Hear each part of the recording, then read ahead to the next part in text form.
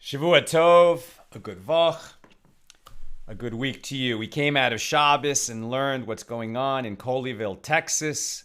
A gunman has taken a rabbi and his congregants hostage in a synagogue called Congregation Beth Israel.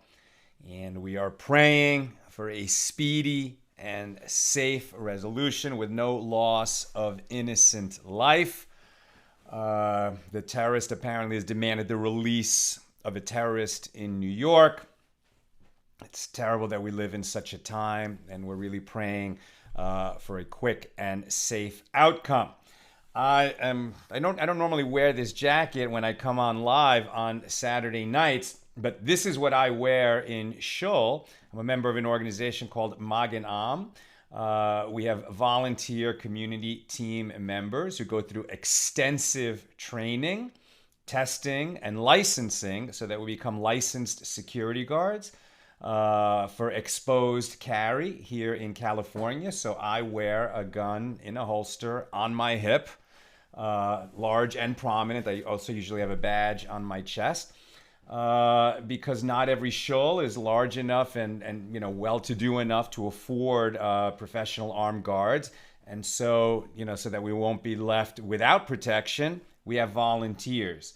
It's actually quite difficult to get the license and to go through all the training that we go through. And I really wish that it wasn't necessary, to have armed congregants in this world in order to feel safe, but that's where it is. So a shout out to all my brothers and sisters in Magen Am and everyone who goes through the training necessary to protect houses of worship, and especially right now to the responding law enforcement in Colleyville, Texas, and the hostage negotiators and the SWAT members and everybody who's involved. Please, God, strengthen them and give them wisdom to deal with the situation in such a way that no innocent life is taken. We say Amen, and we dedicate our learning tonight to the safe resolution of that situation in Texas. May we only hear good news.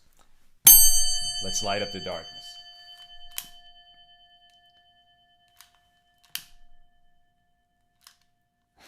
It's a new candle. Come on. There we go. All right, who is with us as we gather to do some beautiful learning dedicated to the safety of those caught in the hostage situation in Texas? Yehudit says, Shavua Tov, Nina, Sal, and everyone from Florence, South Carolina, praying for Hashem's mercy and compassion to help the hostage negotiators to free safely all our holy brothers and sisters from the evil hand, standing always with Klal Yisrael. Stephen Giger in New Hampshire, Pauline in Arkansas, Sharon in New Jersey, Patrice in Utah, Melissa in Great Neck, Hannah is nervous in New York, Rose in New Mexico, Renee in Indiana, Bella in Florida, Paula in Chicago, Bill, looks like you're getting over your COVID, thank God, Nancy in North Carolina, Paul in the Great Northwest, Miriam in Colorado, Sarah in Los Angeles, Karen in Minnesota, Watts in Kentucky, James in Indianapolis, Paula is praying. Caroline in Raleigh. Crystal, may Hashem bless you. Paula and everybody, and Yosef is praying, and Renee are getting a lot of amens. Thank you, everybody. May we stand strong and hear only good news. And over there on the YouTube side, Aoife in Florida, and Marjorie praying from Georgia. Okay. So that's what we do. This is the Jewish response. If we can't have boots on the ground and help directly, then we send our prayers up to Hashem and learn in the merit of those who are in peril. Okay, we're on page 3, Daf Gimel, here in Moed Katan, the 12th volume of the Talmud. These are the laws of the intermediate days of festivals, Passover and Sukkot. And we get into some fascinating issues here that extend way beyond these very practical concerns. Let's get into it. I'm just going to reread the paragraph we read at the end of yesterday at the very bottom of 2b, just to set up what we're learning today. So Rava said, even if you say that the Mishna was taught in accordance with the opinion of the rabbis who disagree with Rabbi Yehuda Hanasi, and they maintain that the observance of the Sabbatical year, even at the present time, meaning after the temple was destroyed, when the Sabbatical year is no longer by Torah law, but rather by Rabbinic decree, that the farmers would still leave their land fallow in the 7th year of the cycle. Nevertheless, one can understand the leniency in our Mishnah. And the reason for the leniency with regard to irrigation, right? So we're comparing the intermediate days of a festival to the Shemitah year, the 7th year of the cycle. So just as we're allowed to do some work, but not excessive work, we're allowed to do some work that preserves our crops, as it were, but not to enhance them. So we're just saving ourselves from loss during the intermediate days of the festival. So too, certain practices are permissible on a farm during the sabbatical year, even though generally we're not allowed to work the land in that sabbatical year. And the reason for the leniency with regard to irrigation, right, that we could irrigate a field that needs irrigation, but not a field that wouldn't die since it gets enough water from the rain, it just wouldn't produce optimally. So the reason for the leniency with regard to irrigation is because only primary categories of labor were prohibited by the merciful one, i.e. by Torah law, whereas the subcategories of labor that are derived from them, and now we're touching on Shabbos, right? There's a connection between the sabbatical year and Shabbos, but here we're talking about Shabbos and the 39 categories of prohibited labor, like plowing and sowing, which you cannot do on Shabbos at all, not to save the land, and not even if it doesn't require excessive labor, but you don't do any kind of labor on Shabbos. Those are by Torah law, the 39 categories defined by the kinds of work that were required to build the tabernacle in the wilderness. And then by Rabbinic decree, there are subcategories that are related to one of the 39 categories. So irrigation is not one of those 39 primary categories of prohibited labor.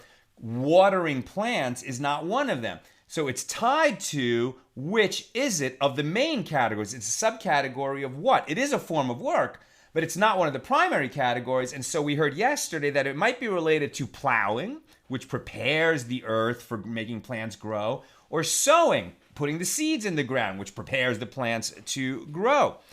So it's not by Torah law, whereas the subcategories of labor are derived from them, like watering, were not prohibited by the merciful one, i.e. by Torah law, but rather they were prohibited by Rabbinic law. And in a case of loss, the sages were lenient, right? They could be lenient, issue a lenient ruling with respect to Rabbinic decrees, but they would be stringent with respect to Torah law. And the source for this distinction, where we get this distinction, is as it is written, but in the 7th year shall be a Sabbath of solemn rest for the land, a Sabbath for the Lord. Your field you shall not sow, and your vineyard you shall not prune. And that which grows of its own accord of your harvest you shall not reap, nor gather the grapes of your undressed vines. And so these are primary categories: sowing, pruning, which is the same as cutting off branches, reaping, right? Reaping and pruning are actually the same, nor gather the grapes of your undressed vines. I mean, the difference between reaping and pruning is that when you reap, you cut something off a living plant because you need that thing. Pruning is you're just cutting off waste from the plant, but it helps the plant grow. In both cases, though, you're cutting something off a living plant. You cannot do that on Shabbos. It's a primary category of prohibited labor. Now, since pruning is included in the principal category of sowing, okay, so pruning is not a primary category. It's included in sowing because it helps the plant grow. So it's not reaping, right? So interesting. Pruning is not reaping. Pruning is included in the principal category of sowing as its objective is to encourage the plant's growth. And picking grapes is included in the principal category of reaping grain. Now, since God, in his commands about the sabbatical year, included both primary categories, sowing and reaping, and subcategories, pruning, and what was the other one that he said? Gathering grapes, right? That's, you think that's the same as reaping, but it's more specific, I guess, and so it's included in the subcategory. Right, because why? Because why did God mention picking grapes? He could have said you can't reap at all from any of your crops. So why were grapes mentioned specifically, and why was pruning mentioned specifically? That's what the sages are getting into here. Since pruning is included in the principal category of sowing, as its objective is to encourage the plant's growth. And picking grapes is included in the principal category of reaping grain, as both involve removal of produce from a plant, for the purpose of teaching what law did the merciful one write them. We would have known that if there's no sowing or reaping allowed, that you can't pick grapes or prune your vine. So why was it included? Why did the Torah explicitly prohibit pruning and picking grapes rather than sufficing with the general prohibitions against sowing and reaping? And the Gemara answers that these were individually enumerated to say that only for these subcategories of labor is one liable to be flogged, while if you were warned and told that if you do that, you're going to be violating the law, and then you do it, and there's two witnesses, so then the court could impose a flogging on you. So if you violate these two subcategories of labor, you will be flogged. While for other subcategories of labor, like watering a field, one is not liable to a flogging because it's not spelled out in the Torah. If you do primary categories of labor, like you actually, plant seeds in the ground or plow, for example, and you were warned and then you did it, so then you would be liable to flogging. Consequently, there are only 4 types of labor that are prohibited by Torah law during the sabbatical year: sowing and its subcategory of pruning, as well as reaping and its subcategory of grape picking. All other subcategories of labor are prohibited only by rabbinic decree. You can't work the land at all, but we're making the distinction between what is prohibited by Torah law and what is prohibited by rabbinic law. Because by rabbinic law, in a case of doubt, we can be lenient. In Torah law, in case of doubt, we are stringent. In Torah law, if you violate it, you can be liable to flogging. By rabbinic decree, if you violate it, you're not liable to flogging, or at least not in certain cases. It's different. And the Gemara asks, and is there really no liability for other subcategories of labor? Isn't it taught in a baraisa, your field you shall not sow and your vineyard you shall not prune? Leviticus 25:4. Now I've derived from here an explicit prohibition only against sowing and pruning. From where do I derive that weeding, i.e. uprooting weeds, hoeing and cutting weeds, even without uprooting them, is also prohibited? And the verse states, your field you shall not sow and your vineyard you shall not prune. And this wording indicates that no labor may be performed in your field and no labor may be performed in your vineyard. Similarly, from where is it derived that one may not prune trees and one may not trim dry branches from trees and one may not cut large branches from trees? The verse states, your field you shall not sow, and your vineyard you shall not prune, thereby teaching that no labor may be performed in your field, and no labor may be performed in your vineyard. And similarly, from where is it derived that one may not fertilize fields and vineyards, and one may not remove stones that surround the base of a tree and impede its growth, and one may not cover exposed roots with dust, and one may not fumigate a tree in order to exterminate worms? And the verse states, your field you shall not sow, and your vineyard you shall not prune, thereby indicating that no labor may be performed in your field, and no labor may be performed in your vineyard. So the apparent conclusion from this is that all labor in a field or a vineyard is prohibited. So one might have thought that one may also not hoe lightly under olive trees, and one may not hoe under grapevines, and one may not fill cracks in the ground with water, and one may not construct circular ditches around the bases of grapevines in order to collect rainwater. Therefore, the verse states, your field you shall not sow. And the Gemara explains, sowing was included in the general prohibition against performing agricultural labors during the sabbatical year. As the verse states, but in the seventh year you shall be a Sabbath of solemn rest for the land. That's Leviticus 25:4. Now, why was sowing singled out and mentioned explicitly? In order to compare other types of labor to it and say to you, just as sowing is unique in that it is labor performed both in the field and in the vineyard, right? When you plant seeds, that happens both in a field and in a vineyard. So too, any other labor that is performed both in the field and in the vineyard is prohibited. However, labors that are performed only in the vineyard but not in the field, i.e., whose objective is merely to sustain the vines from year to year so that they do not die, not to enhance them, such as the labors mentioned above, are permitted. In any case, this Baraisa indicates that many subcategories of labor are prohibited during the seventh year, and not just sowing and pruning, as Rava had stated. Right? So it's not just sowing and pruning, but also there are some things that are permitted. So there's a lot that's prohibited, and some things are permitted. How do we get there? But the Gemara rejects this opinion. These labors, with the exceptions of sowing, pruning, grape picking, and reaping, the ones spelled out in the Torah, are all prohibited only by rabbinic law, and the verse that is cited as a source from the Torah is mere support, not a bona fide source. Right? Before, it seemed to be saying that, all these activities that are clearly, closely related to sowing and plowing and reaping, etc., and therefore you might think are prohibited at a Torah level. No, they are only related at a rabbinic level. They're not Torah law, they're rabbinic law. Incidental to this discussion, okay, so a little digression. Incidental to this discussion, the Gemara asks, is light hoeing under olive trees in fact permitted during the sabbatical year?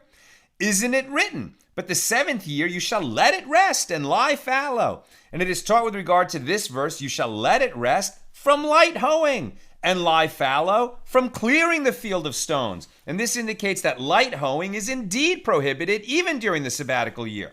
And Rav Ukva Bar Chama said there are two types of light hoeing. One whose objective is to strengthen the trees, and another that is intended to seal cracks. There is a practical halakhic difference between them. Hoeing performed in order to strengthen the tree is prohibited, as it is similar to plowing in that it enhances the tree's growth. However, hoeing undertaken in order to seal cracks is permitted, as by doing so, one prevents damage to the tree. It was stated that Rabbi Yochanan and Rabbi Elazar disagreed with regard to one who plows during the sabbatical year. One said he is flogged for doing so, while the other one said he is not flogged.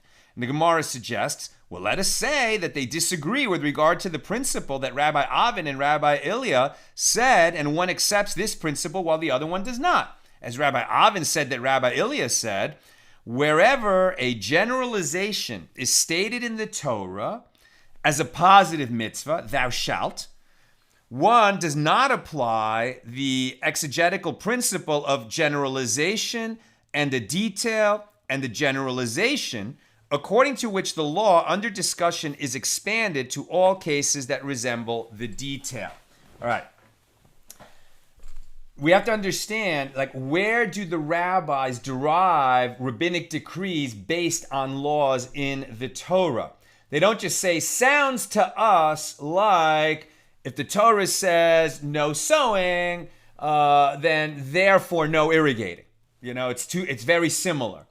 No, they have a much more organized way of deriving rabbinic laws from Torah laws. In fact, we study these every day in the prayer book, and they're called the 13 exegetical or hermeneutical principles of Rabbi Yishmael. A couple that we mention all the time is a kal v'chomer, like, if in the case of something that's obviously, meant to be a leniency and there's a further leniency, then in a case where it's super lenient, then for sure the extra case is going to be a leniency. What's a typical example of a kal v'chomer? I mean, even like what we're talking about here. If if we're meant to rest on the intermediate days of a festival, so that they're not like regular weekdays and they have the kind of character and sanctity of the festival, even though it's not completely the festival, and so certain kinds of work are prohibited, right, unless it's necessary to prevent us from financial loss.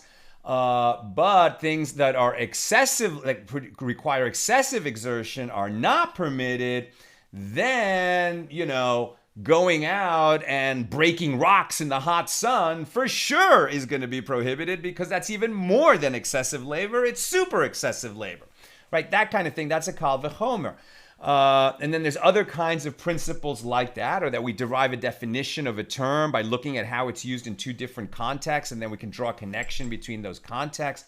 Things like that are those hermeneutical principles. Here we're encountering one called a generalization, a detail, and a generalization.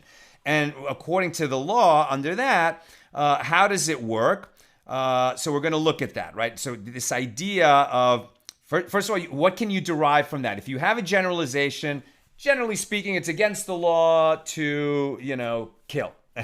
And then there's a specific, and it's against the law to kill, an officer.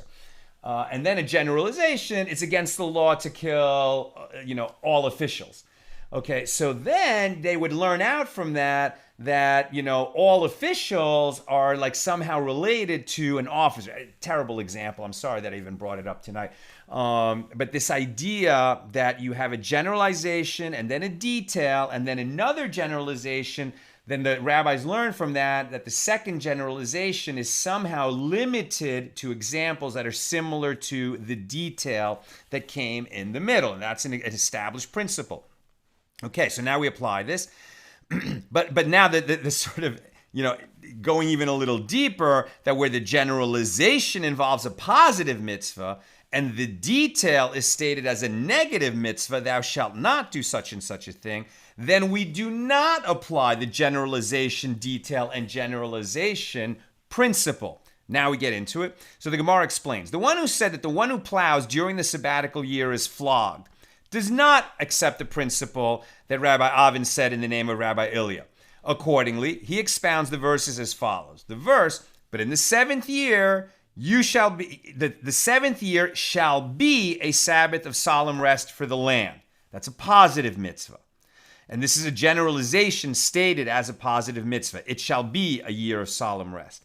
The continuation of the verse is, your field you shall not sow. That is a detail stated as a negative mitzvah. Thou shalt not. And this is followed by another generalization, for it shall be a year of rest for the land.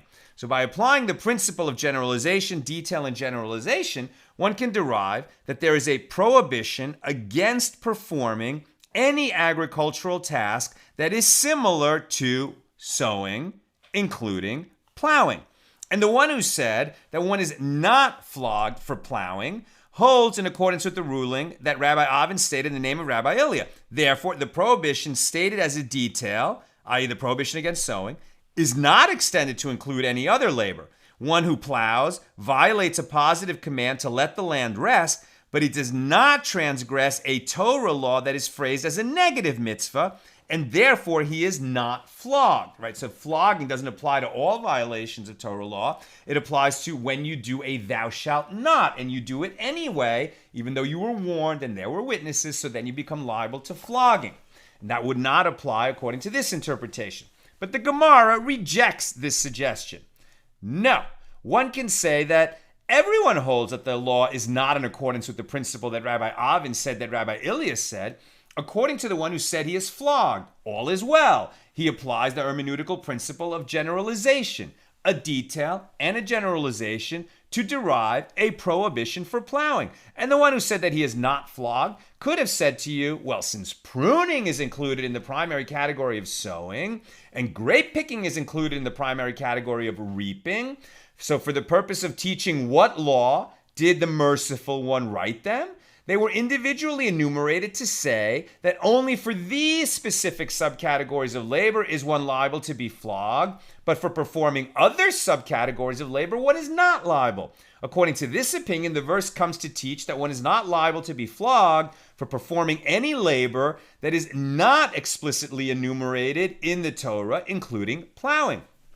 The Gemara asks, and is there really no liability for other subcategories of labor? Isn't it taught in a baraisa with regard to the verse, your field you shall not sow, and your vineyard you shall not prune, that I have derived from here an explicit prohibition only against sowing and pruning? From where do I derive that weeding, hoeing, and cutting weeds are also prohibited?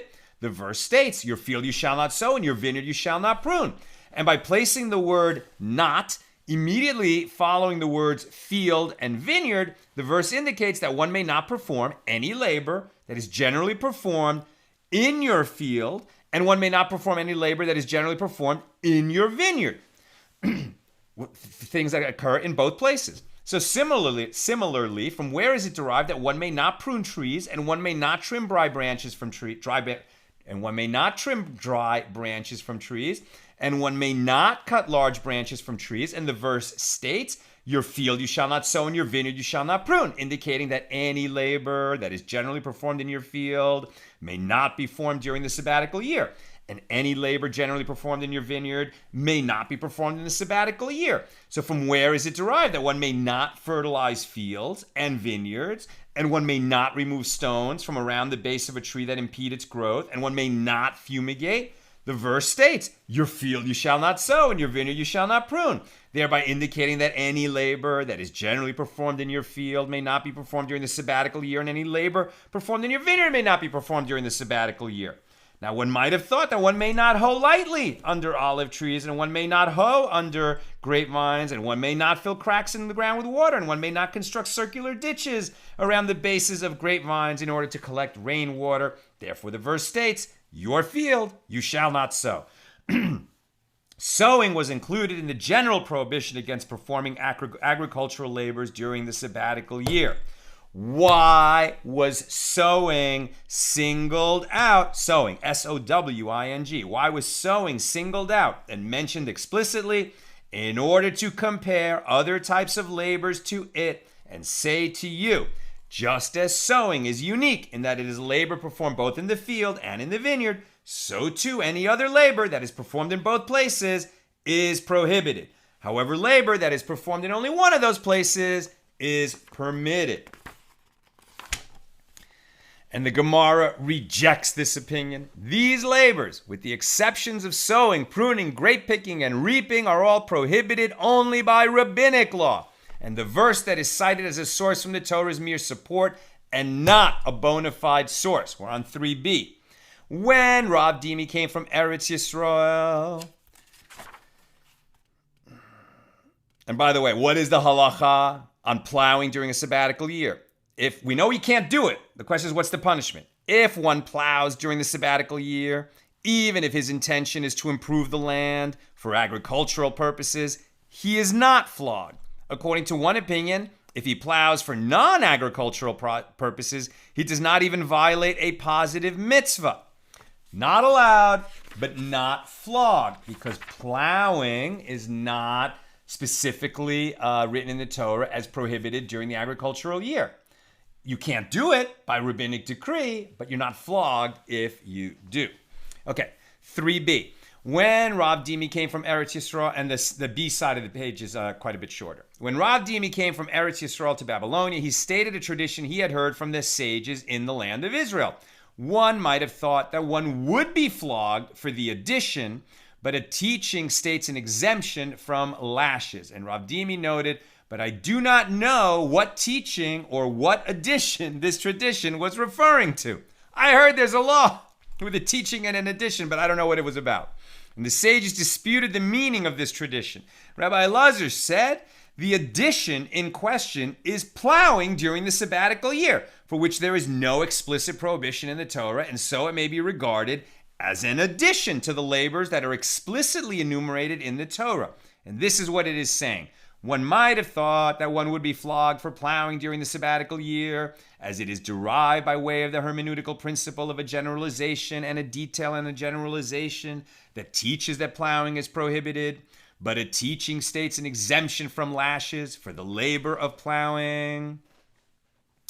And this is logical because if one is flogged for plowing, why do I need all these details that were enumerated in the verse about, in other words, pruning and picking grapes? Why would, if I already know I can't plow, why does God include the details pruning and picking grapes? Rather, one must certainly conclude that these were singled out in order to teach that one is flogged only for those specific labors, but not for any other. Again, God could have just said, no sowing, no reaping. Why does the Torah offer that extra detail, no pruning, no picking grapes? It's to teach us something. Right, and that's the takeaway that we really have to remember this. Whenever we're reading the Torah, whenever we're reading in the Bible, there's no extra words, right? So if you could have gotten that information from the previous verse, and then an extra detail is added, it's not just, because God is a colorful writer that just likes to add examples because it sounds good. Rather, it was included because in later centuries, the sages would come along and derive laws from those details. That was the plan. That's what the oral tradition teaches that we received, given that oral tradition was started at Mount Sinai and given to Moses there. And these kinds of ideas about deriving laws from the written Torah for the purposes of the oral tradition began at Mount Sinai. Okay. And Rabbi Yochanan said, this addition, right, that Rav Dimi wasn't sure what the addition was, Rabbi Yochanan said this addition is referring to the extra days that the sages added to the prohibition against performing agricultural labor. Not types of work that are prohibited during the sabbatical year, but rather when you have to stop doing any kind of work relating to the sabbatical year. It's not that the year begins on Rosh Hashanah, and as of that day, you can no longer, be sowing and reaping, etc. Right? If you are planting seeds, before that year begins, so that they will grow and be harvested during the sabbatical year, maybe you can't do that. Already, that's going to be prohibited. So how far back from the sabbatical year does the prohibition on doing any work related to the sabbatical year begin? Rabbi Yochanan said the addition is referring to the extra days that the sages added to the prohibition against performing agricultural labor before Rosh Hashanah of the 7th year, when the sabbatical year formally begins. And this is what it is saying. One might have thought that one would be flogged for working the land during the additional period prior to Rosh Hashanah of the sabbatical year, as this prohibition is derived from the verse, in plowing and reaping you shall rest. Exodus 34:21. The seemingly superfluous verse, because God said you can't plow and reap during the year. Now he's saying it again. From plowing and reaping you shall rest. This seemingly superfluous verse is understood as teaching that not only is working the land prohibited during the 7th year, but plowing the field during the 6th year to prepare the land for the 7th year, and reaping what grew in the 7th year after that year, in the 8th year, when we're back to working the land, but you can't harvest what grew during the 7th year. And if you do, you would be flogged, or maybe not, right? So, but plowing a field during the 6th year to prepare the land for the 7th year, and reaping what grew in the 7th year during the 8th year are also prohibited. But a teaching states an exemption from lashes, from flogging for these actions, as we are about to state below. And the Gemara elaborates. What are the extra days before Rosh Hashanah? As we learned in a Mishna at Shevi'it 1:1, until when, right, Shevi'is, right, talking about the sabbatical years, until when may one plow an orchard on the eve of the sabbatical year? Beis Shammai say, one may plow so long as the plowing is beneficial for the fruit that's already on the trees. Once the plowing serves to benefit only the tree itself and the fruit that it will produce the following year, it's prohibited. And Beis Hillel say, one may plow until Shavuos. And the Mishnah notes, and the statement of these, Beis Shammai, is close to being like the statement of these, Beis Hillel, i.e. in practice, there is little difference between the dates established by the two opinions. You can, according to Beis Hillel, okay, there's a firm date. Up until Shavuos, you can plow. After that, you can't. Generally speaking, up until Shavuos, if you're plowing in a vineyard, it's helping the fruit that's already there. After that, you're preparing for the next year's growth. Beis Hillel, more specific, and say only if it's helping this year's fruit, not next year's fruit. And the Mishnah, see Shavuos 2:1, additionally states, and until when may one plow a white field, i.e. a grain field? On the eve of the sabbatical year, one may plow until the residual moisture in the fields from the rain ceases, and so long as people continue to plow their fields in order to plant cucumbers and gourds, which are planted at the end of the winter. So Rabbi Shimon says, if it is so, that no set time was established, like Beis Hillel say you can plow until Shavuos. But Beis Shammai, the opinions of Beis Shammai is more like, well, until you're not helping the ground for the following year. That's going to vary from farm to farm, from longitude to longitude, latitude to latitude. Depending on all kinds of other factors, people are going to have different dates when they need to stop plowing because of the upcoming sabbatical year. So Rabbi Shimon says, if it is so that no set time was established, then the Torah has given an individual measure of time into the hands of each and every individual, and one may plow until a self-determined time, as he can always claim that he is plowing in order to plant during the 6th year. He's only planting for what's going to grow this year, not for what's coming next year. Rather, a fixed time must be established, says Rabbi Shimon. So in a white field, in a grain field, one may plow until Passover. And in an orchard, one may plow until Shavuos. And Beis Hillel say until Passover. And Rabbi Shimon ben Pazi said that Rabbi Yehoshua ben Levi said in the name of Bar Kapara. Rabban Gamliel and his court discussed and then voted about the prohibitions of these two periods, i.e. from Passover or Shavuos until Rosh Hashanah, and he nullified them. Rabban Gamliel came and said, this fence around the Torah that was drawn up by the earlier generations in the time of Beis Hillel and Beis Shammai, who said that to make sure people don't violate the prohibition on plowing for the benefit of the land in the sabbatical year, that we prohibit plowing, bringing back the calendar from Rosh Hashanah to Shavuos for vineyards and to Passover for grain fields. In a later generation, Rabban Gamliel, right after the temple was destroyed, Rabban Gamliel came and said, no more, right? You can plow right up until Rosh Hashanah. And Rabbi Zera said to Rabbi Abbahu, and some say that it was Reish Lakish who said to Rabbi Yochanan, how could Rabban Gamliel and his court nullify an ordinance instituted by Beis Shammai and Beis Hillel, who were greater authorities than they were? Didn't we learn in a Mishnah, Eduyot 1:5, a court cannot nullify the ruling of another court unless it surpasses it in wisdom and in number. Now, certainly number is difficult because they had a great Sanhedrin at the time that the temple was standing, and then after the temple was destroyed, they moved the Sanhedrin to Yavne, but they didn't have the great Sanhedrin. Okay, but even if they could convene a court of 70, like the great Sanhedrin, I think it was 70 or 71. I'm just not remembering right now, but still, okay, big court of sages. So even if they could get that many sages together and call it a great Sanhedrin, that is even greater in number than the original court that made this ruling, how could they say it's greater in wisdom? In fact, our tradition teaches that we are lesser in wisdom than our ancestors. We have better technology, we have all kinds of learning, we have geographic and geological and knowledge about space and the galaxies and the cosmos that our ancestors may not have had. But are we greater in wisdom than they? No, we are not, because they were closer to the revelation at Sinai.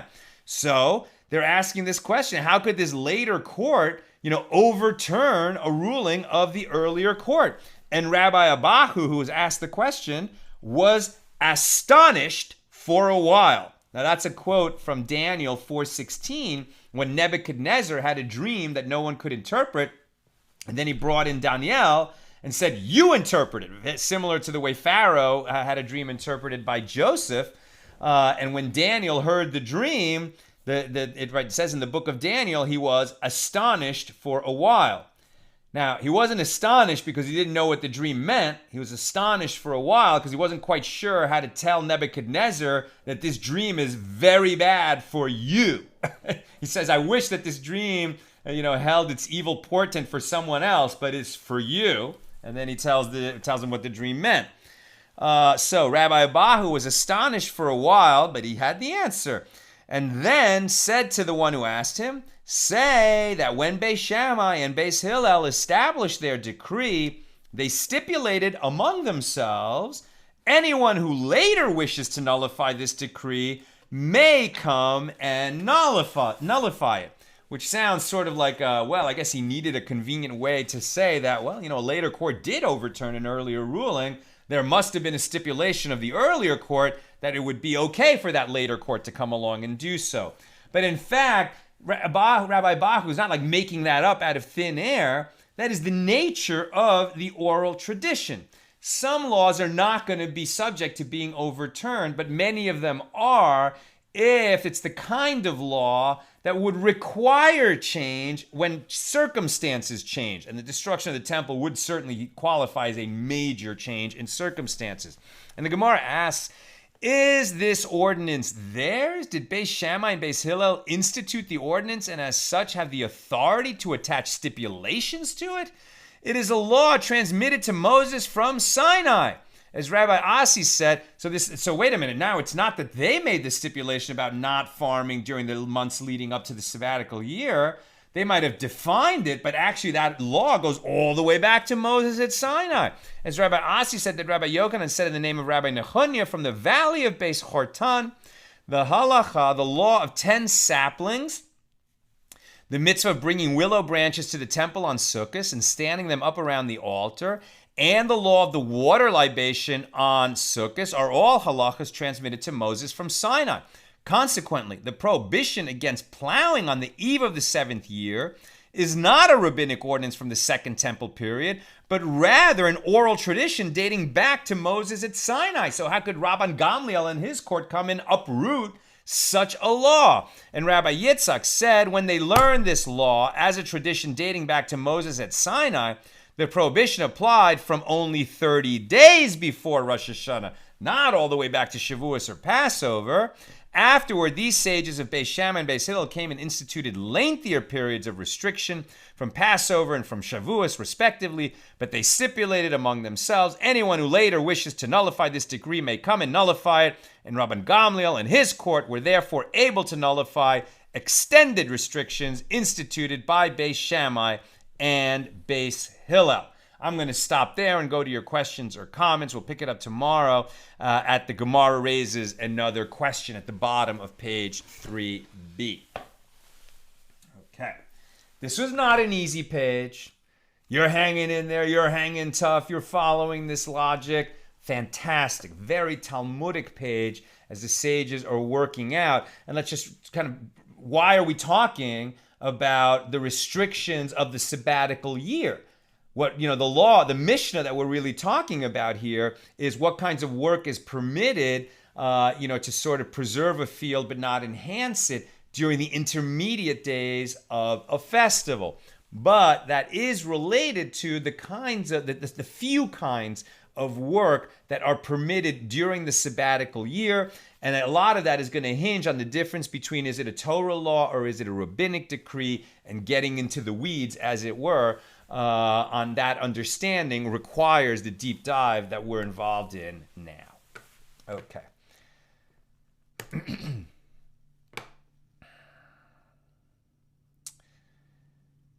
Refreshing the document that has the questions that Nina is giving to me, but Google says trying to reconnect. Come on. Reload, refresh.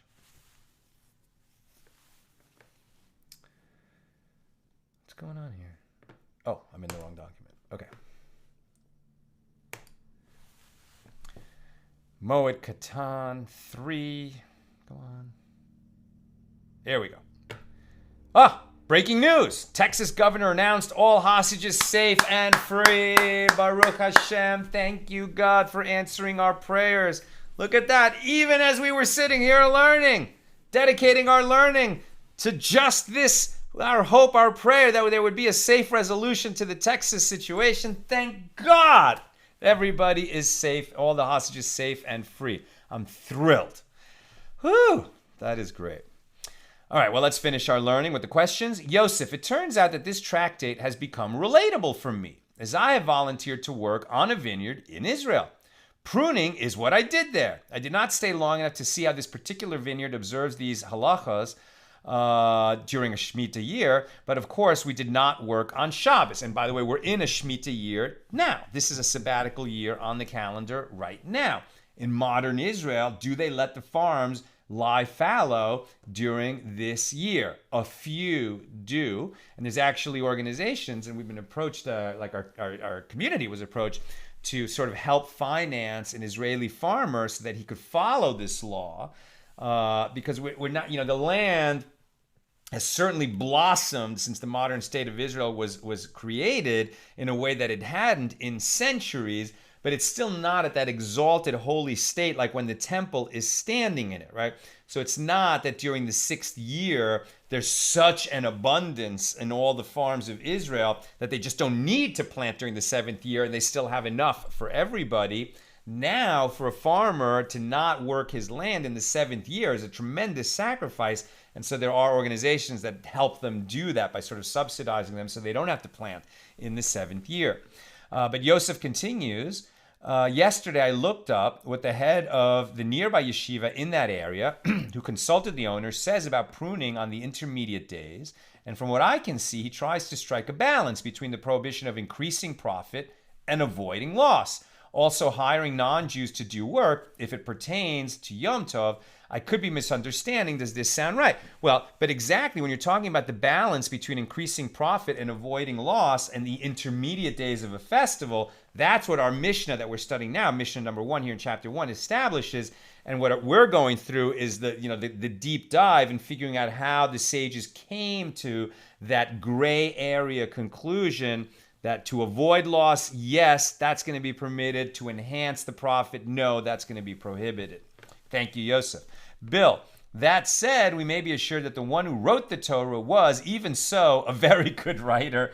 And like any good writer, that one isn't given to being superfluous. Right. I was saying that when God includes a phrase in the Bible, it's for a reason, right? There's always a reason for it, and he's not just being a colorful writer.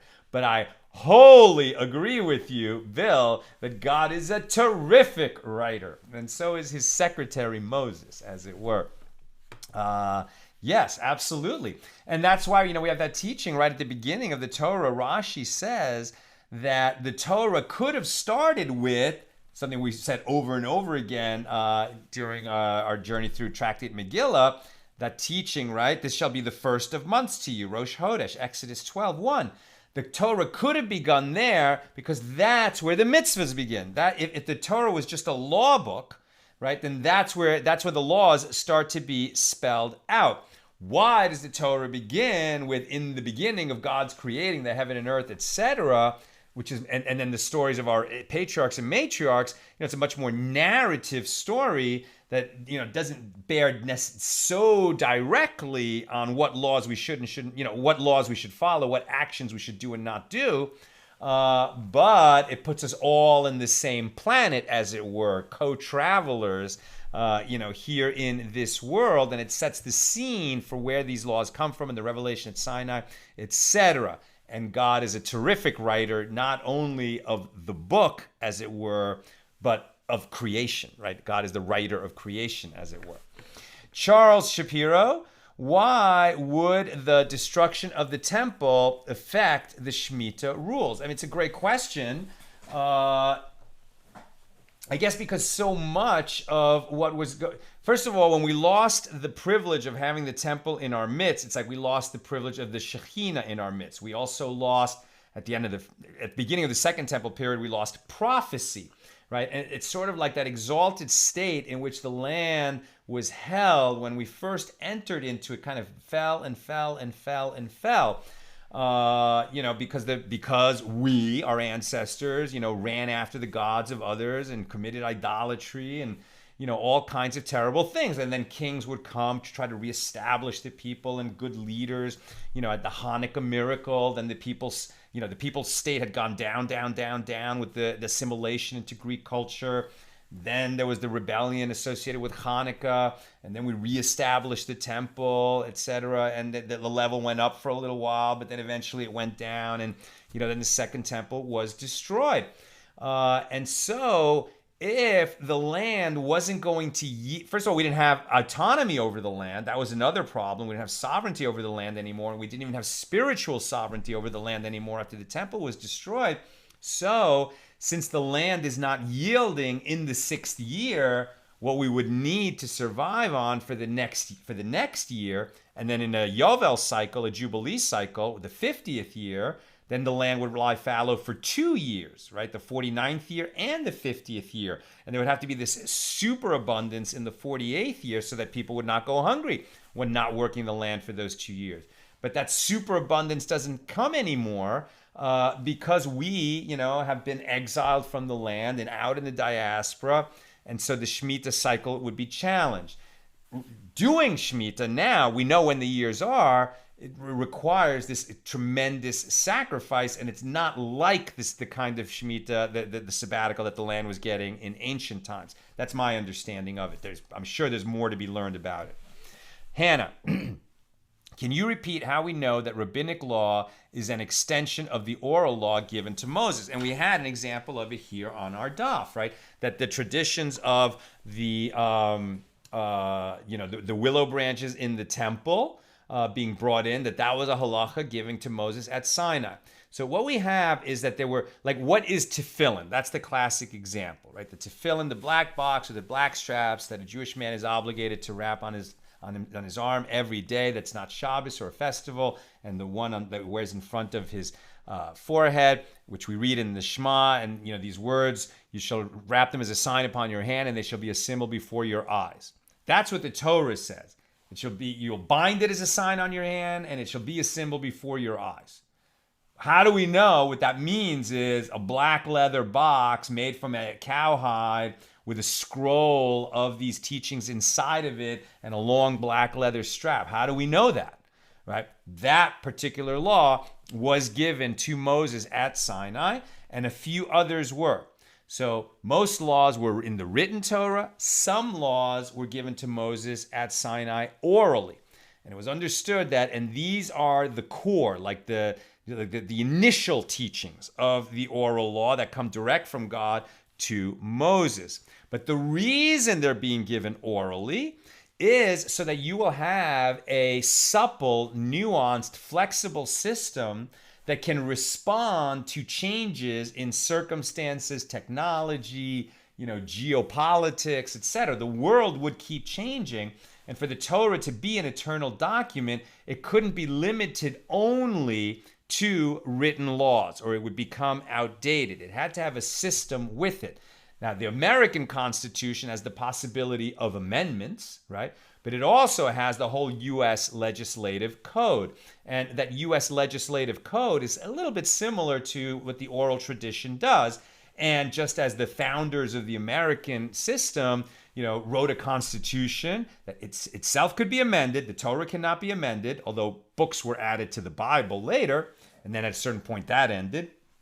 But you would have this kind of legislative system among the elders of each generation who would rule by majority on what would need to be done over the centuries. So some of the oral teachings were given by God to Moses, but the system of the oral tradition was also given to Moses, and that allowed for rabbinic decrees in every generation, just so that the law could be honored in each generation. That's our understanding of the oral tradition. Okay, my friends, that's what I've got for us today. Thank God we heard good news about the hostage situation in Texas. May we only hear good news And I look forward to learning with you again tomorrow night, Sunday, God willing, at our regular weekday time, Sunday through Thursday, 6 p.m. Pacific. Have a great night and a good week, a good Vok Shavua Tov.